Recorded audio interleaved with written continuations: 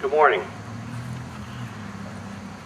We're gathered here this morning in memory of all those who lost their lives during the terrorist attacks in New York, the Pentagon, and Somerset, Pennsylvania. Many died that day, and there were numerous acts of heroism by both public safety personnel and civilians alike. As firefighters, however, we focus today particularly on the 343 firefighters who lost their lives in the New York Fire Department. It was the greatest loss of life at one incident in the recorded history of the civilized fire service. Death respected no rank that day.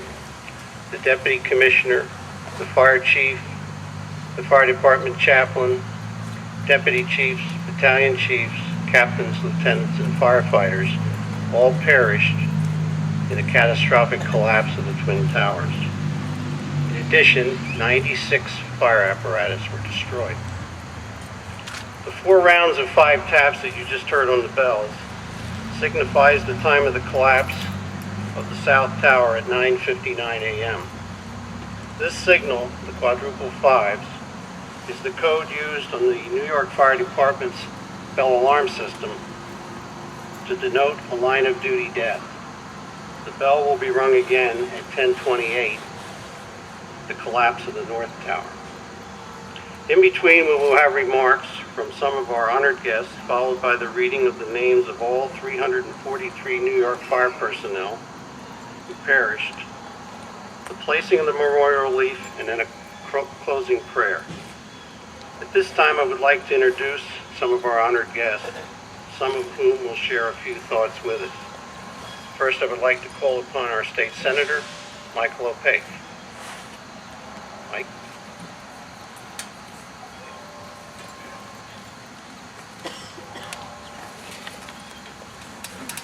Thank you, Chief, and thanks to all of you for coming.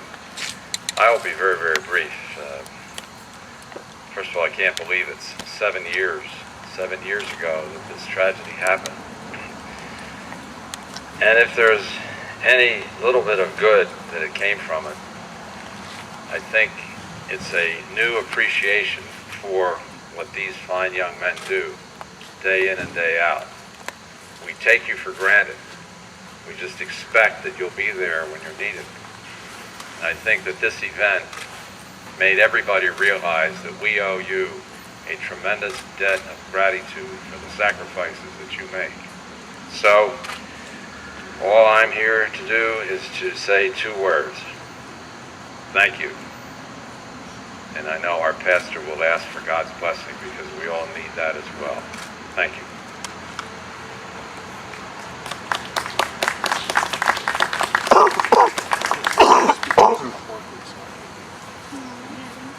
Thank you, Senator ORourke. Next, I would like to call upon the mayor of the city of Reading, Thomas McMahon. Thank you, Chief, and thanks everyone for coming out. As the Senator said, 7 years goes by pretty fast, and sometimes we have a tendency to forget, but by doing this every year, we'll remember it and make sure that we keep the memory alive of the 343 firefighters. The one comment that I heard last year, I think at this time, was that we have an emergency like this in a building that's got thousands of people, and the thousands of people are running away from the building. There were 343 men and women who ran towards that building.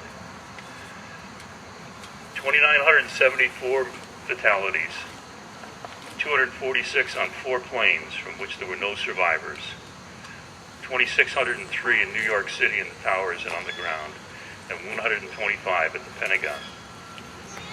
All of the fatalities in the attacks were civilians, except for 55 military personnel killed at the Pentagon. More than 90 countries lost citizens in the attack on the World Trade Center. To me, this tells us that not only America was affected by this, but every country that was represented. And it brought us all together as a country and as a world for a short period of time.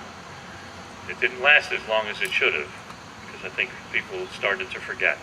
But I think by being here today and remembering of the brothers and sisters who died in this, not only the firefighters, but also the innocent people who got on that plane in the morning. We were talking about that this morning. They stepped on a plane, they stepped into their offices and possibly on the plane too, thinking all the normal things that people think about when they're getting up in the morning. Their kids, their family, their vacations, their sports activities, all of those issues were all of a sudden instantly wiped out. And I think that tragedy just brings us back to the point of it should never, never happen again. And I thank you again for everything you guys do.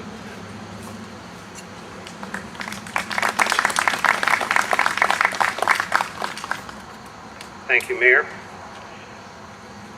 Next, we will have a few remarks from the President, Local 1803 IAFF, whose members are the career firefighters in the City of Reading. Keith Eshelman.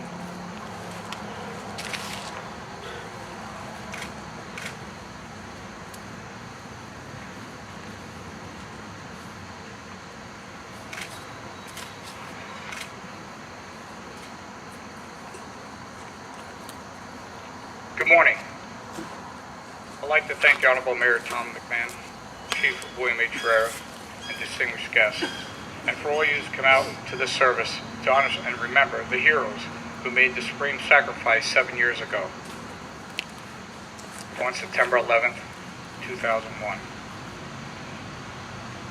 The events of that day will always be embedded in our minds, and each and every one of us will always remember where we were and what we were doing when the news of that horrific attack on our country took place. 343 firefighters lost their lives that day.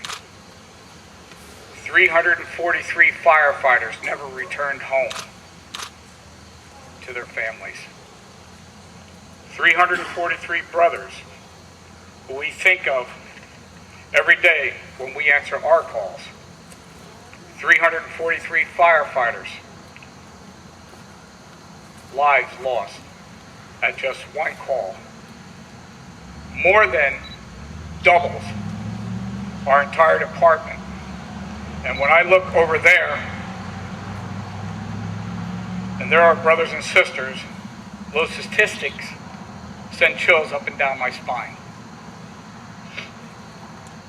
Each one of these flags represent a firefighter who lost their lives that day. We will continue to honor them every year at this memorial. We will continue to honor them when we're enjoying the unity of our brotherhood, and we will continue to honor them by never forgetting them. In closing, may I share a friend's definition of what a hero is. A hero is to do the unexpected in the expected fashion. Think about it. To do the unexpected. That's what we go to every day, the unexpected. And my brothers and sisters over there do what is expected of us every day. That's what a hero is. I thank you for allowing me to speak, and may God bless you.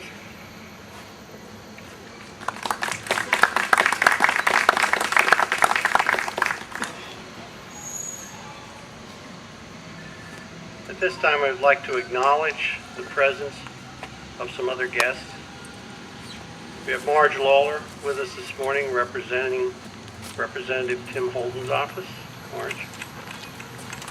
We have the President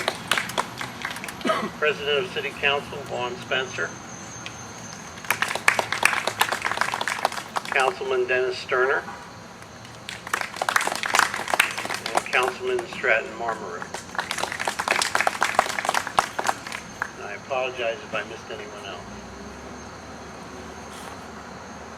At this time, President Eshelman and myself will place the memorial wreath at the tree that was planted in 2001, the one behind me, to commemorate this horrific event. President Eshelman.